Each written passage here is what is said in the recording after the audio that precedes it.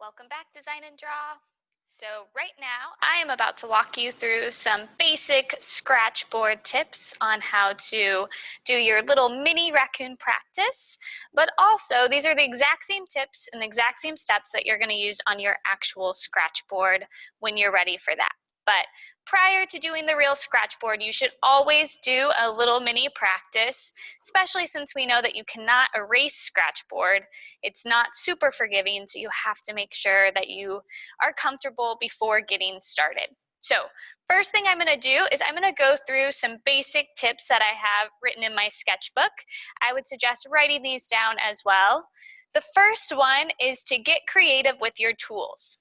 So all of our supply kits include this lovely little tool right here, which is meant for Scratchboard. It works pretty well. It is for Scratchboard, but it doesn't have a super sharp point, so a lot of students prefer to use some other things. So here are some other tools that you might have at home or you might be able to put together. The number one tool that I suggest is if you have an X-Acto knife at home, this is awesome. You can also just get it for like $1 at the Dollar Tree.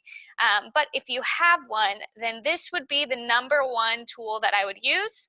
This is what a lot of the other high schools just use all the time anyways. Another tool that you can use or to kind of make your own is to take either a paper clip or a safety pin. Works even better. I just don't have one of those. And if you fold it out, you can actually scratch with this very easily as well.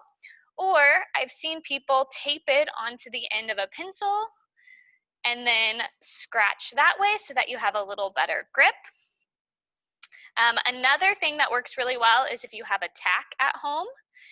You can tape that tack to an end of a pencil, or I've seen people just use the tack and scratch. That works. If you have a small screwdriver, that would work as well. Just so that you know, this is what our typical Scratchboard tools look like. You can get these, they're pretty cheap. You can get them on Amazon. There's a bunch of different varieties, or you can get them at Hobby Lobby. But I don't want you guys to go out and buy anything. There are lots of other options that you can use, or you can always just stick with our handy dandy one that's provided. Okay? Tip number 2 is to use a tissue. And so I have a little Kleenex right here. If you have a Kleenex or even just like a piece of wax paper, putting that down underneath your hand while you work is going to be really helpful, because what you'll notice is as you're working, it's really easy to get little fingerprints on here. Naturally, our fingers have all kinds of different oils, and those oils are going to stick to the top of the Scratchboard. So by putting this down as you work, it's going to protect the Scratchboard from all the oils that are right here, and it's going to make your final product a lot cleaner, which is going to help you with craftsmanship and just help it look really nice and finished. So always have a tissue on hand. Number 3, we're going to trace our contours. So I'm actually going to walk you through that process right now. In your supply kit, you should have this little mini raccoon printout, and then you should have a small piece of Scratchboard. You can see I've already started scratching a little bit. So this is for your practice. We're going to trace our contours from the raccoon onto here, but you should also have a large Scratchboard. Keep that nice and safe, because that's what you're going to use for your final one. But let's go ahead and do the contours.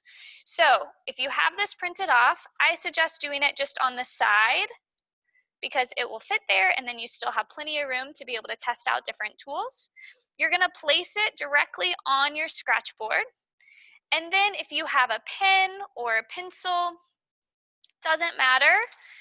You need something just to press down and trace all of the contours directly while this is on top of your Scratchboard. So what I'm doing is I'm just applying enough pressure so that it's making a small little indent in the Scratchboard itself. So the Scratchboard is made up of a thin piece of cardboard, and then it has a very thin layer of white clay. So when I press down, it's actually kind of smashing some of that white clay and making a little indent. And then it has an even thinner layer of India ink, and so that's what we actually scratch away. But that white clay allows us to be able to just press and create that indent without scratching any of it. Because if we scratched it, we would end up with this big outline, and we're not trying to get outlines here. We're just trying to get the main contours. And I'm not going to do the whiskers because I'm just going to do those whiskers. So I just have the main stuff on here. Okay, so I've pressed with a decent amount of pressure to make sure that it's indenting on there. And then when I take this off, and I know it's going to be really hard to see this on the camera, but there's a very, very faint, gosh, I wish you could see it. You can kind of see it right there. There's a very, very faint outline of where the raccoon is that I just created.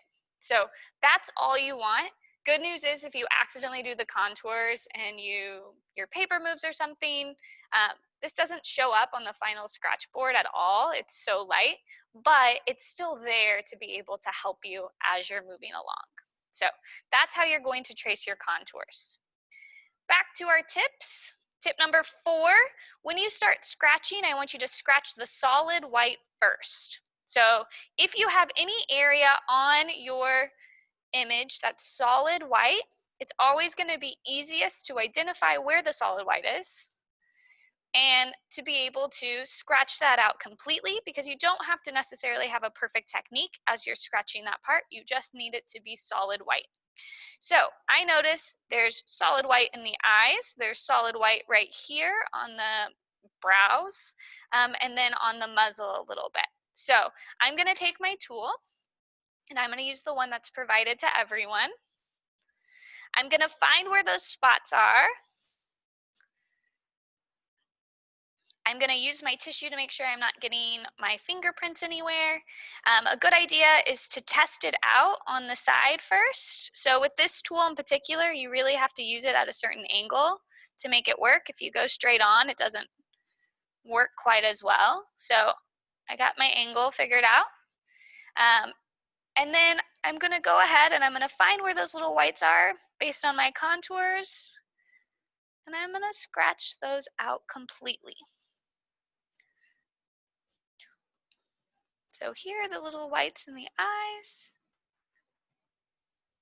The little tufts of fur. Now, if you know it's fur and so you know that it's going in a certain direction, like the fur is going up and down, then I'm going to try and recreate that even in the spot that's solid white. Because if I went side to side, it would just flatten it out. Another thing to be careful of is you're applying enough pressure to be able to scratch it completely, but you're making sure you're not applying so much pressure, especially when you're using something really sharp like a tack or an X-Acto knife, where it's going to tear. Because I have seen these tear, honestly, at least a couple each year whenever we're doing this, and it's because they're just pressing so hard with a sharp end. If you use the wooden option, then it's less likely to tear because it's not super sharp, but still just be careful. And then I see the solid white right in here. So I'm going to find where that solid white part is. I can see it. I'm sure you guys cannot see it just because it doesn't show up on this video. But there is a little contour there showing me where to go. And I'm going to go with the direction that the fur would be flowing. If you need to, if you're trying to do like a certain area and it feels really awkward, you can also just move it. So like it feels much more comfortable just creating those strokes up and down. I can also use this to kind of wipe it away. And so I like to just kind of move it as I work so that I'm not twisting my arm. And I'm just creating these solid white parts right now. That's it. And then I can use that to wipe away. All right. Once you have the solid white, we're ready for tip number 5, which is just to use hatching, cross-hatching, stippling to create those textures. And that really depends on what area you're working on. So you really have to always be referring to your original image and see what texture is going to recreate this the best, or what technique is going to recreate this texture the best. So think back to when you did the texture challenge. What did you use to create fur, like you see here? If it's a really short fur, then I'm probably going to do much shorter strokes. If it's a longer fur, then I'm probably going to do longer strokes. If it's patchy, then I'm going to go in and I'm only going to put it in patches. So you're really just trying to mimic whatever it is you see on here. Now, if you have an area that's more smooth, then you need to commit to usually just hatching or cross-hatching or something to make it show up, and you can still create that. Let me show you on the final example really fast. So here's the original photo, and then here is a finished Scratchboard little practice. So you can kind of see how we approach some of this. Started with just the solid white parts, and then continued to scratch, starting lighter to darker. So here's the lighter part, a little bit longer scratches that go in the direction of the fur, longer scratches that go in the direction of the fur. But then when we get to some areas like around the eyes, we're going in the direction, like curving around the eyes, little smaller parts right on the nose. And then down here is kind of this crazy fur. So you have to just kind of get creative. It's pretty dark, so you don't need a ton of scratches, but just kind of some more like curly furs down there. I actually saved the whiskers for the very end because the whiskers are just going to go right on top of everything else, and those are going to be just kind of some quick, longer scratches. And so those were the last step. And then we had to be a little creative on the nose as well, just kind of rounding it out to create that little texture. So I'm going to go back to my example that I'm working on right now that I've seen kind of how I can approach this. And so I'm starting with the lighter areas. I notice there's like this little white around the eyes, so I can kind of find where that is because I traced that part. Notice I'm not just outlining everything. I definitely do not ever want to just outline the whole thing because I don't want it to look like a cartoon, okay? The outline is on there, so I know where things go, but I want to have the illusion that this is real, and so I'm not going to just completely draw in those contours. All right, so it's a little bit lighter as it goes out, so I'm going to create some scratches going out. Notice the angle is changing, and so it's becoming a little more difficult for me to get some clean scratches, so I'm going to just move the direction of my Scratchboard. Every once in a while, I can use that tissue just to kind of clean it off. And I'm coming out from where this is.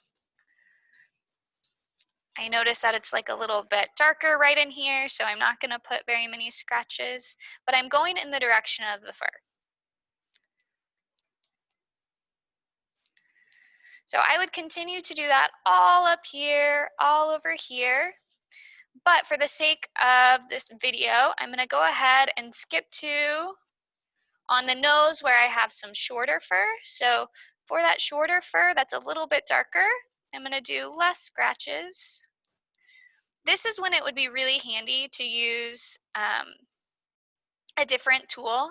This tool works pretty well for like those wider areas, those thicker scratches. But if I'm trying to do these tiny little scratches on the nose, I might use something different like this little, this is just a little tack. And then notice I can get way smaller details.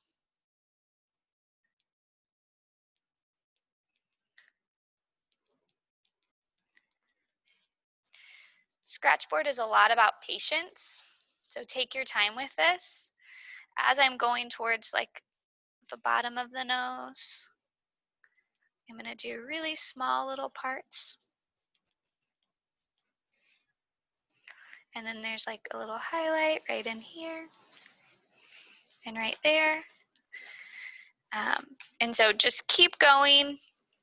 I'm not going to do this whole thing on here because I want you guys to make sure you have time to work. But hopefully by the time you're all done, you end up with one like I just showed you. Last tip, make sure you're taking your time. Have fun with this. A lot of people who are nervous or who have never done Scratchboard before end up loving this one. They look really cool in the end, so hopefully you feel the same way, and hopefully you go slow, practice on the little side over here with whatever tools you have, and have some fun. And by the end, hopefully you have a little mini one like this. Have a great day.